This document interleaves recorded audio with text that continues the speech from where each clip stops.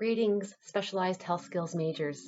I am absolutely elated to be back and involved with this amazing program, and even more excited to be part of your OTCE virtual conference this year. Hi, my name is Rachel Willard. I am an advanced rehabilitation therapist for Hamilton Health Sciences Acquired Brain Injury Program.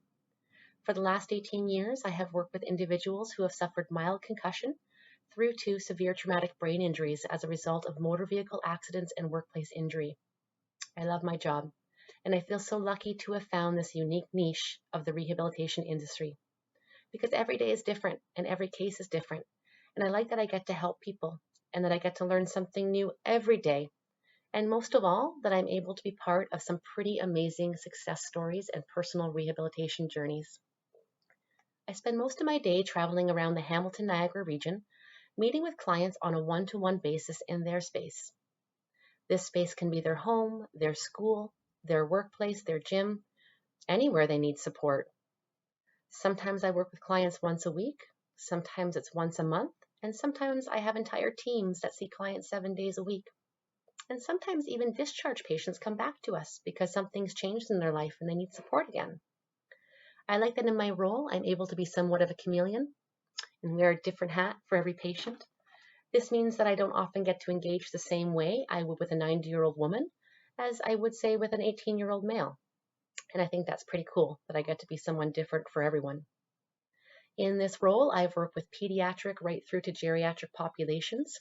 I've worked with athletes and veterans, with doctors and teachers, with CEO and even homeless. I've worked with many different ethnicities and cultures, and I feel so humbled to be exposed to so many different families and their lifestyles. In addition to my work as an ART, I also sit on the board of directors for the Hamilton Brain Injury Association. The HBIA is a not-for-profit organization that provides support and advocacy to individuals and families who've experienced brain injury. The HBIA provides education, support groups, and resources to anyone interested in that connection. Within this position, I run an educational presentation for elementary school children called the Bikes, Blades, and Boards program.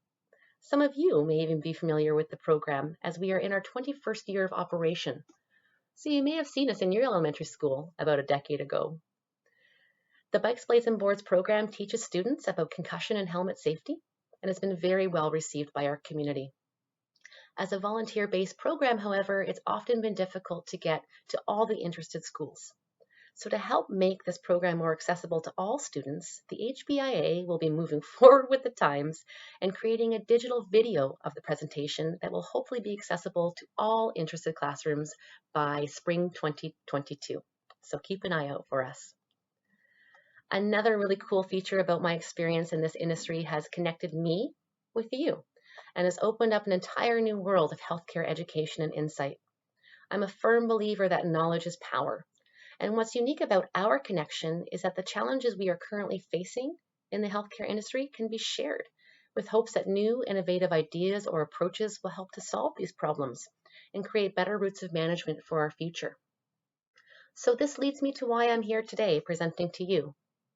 During the course of this pandemic, our world has experienced two significant challenges that have impacted youth, specifically teens.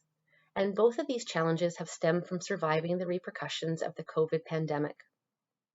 March 2020 changed our world significantly, and as a result, we all had to adjust to an entirely new way of living.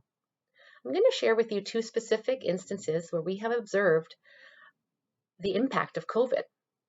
And these situations are also quite applicable to the majority of youth in these situations.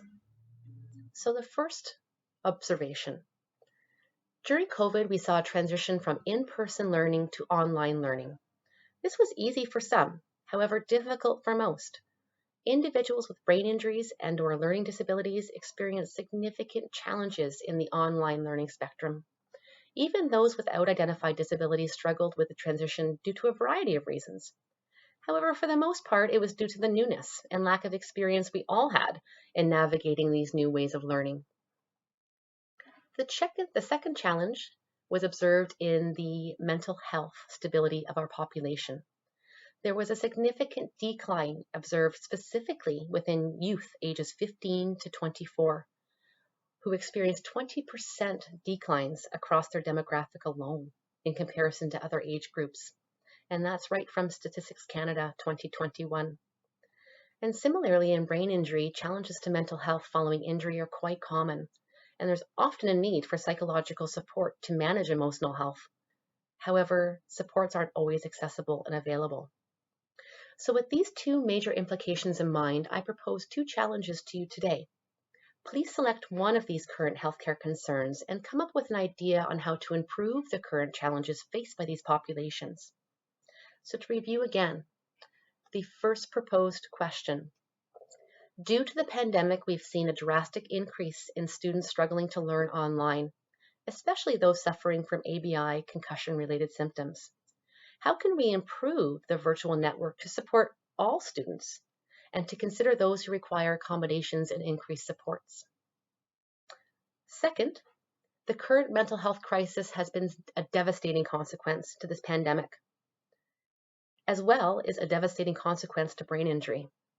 We've seen higher numbers this year than ever before for youth suffering mental health consequences, and access to support is not always easy to find.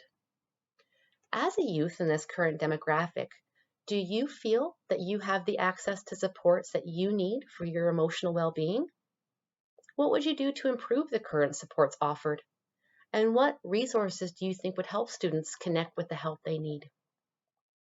Thank you everyone for listening to my story and for helping us solve some of these real world challenges. We appreciate and look forward to hearing from your creative and innovative strategies for change. We'll see you soon, and good luck. Bye for now.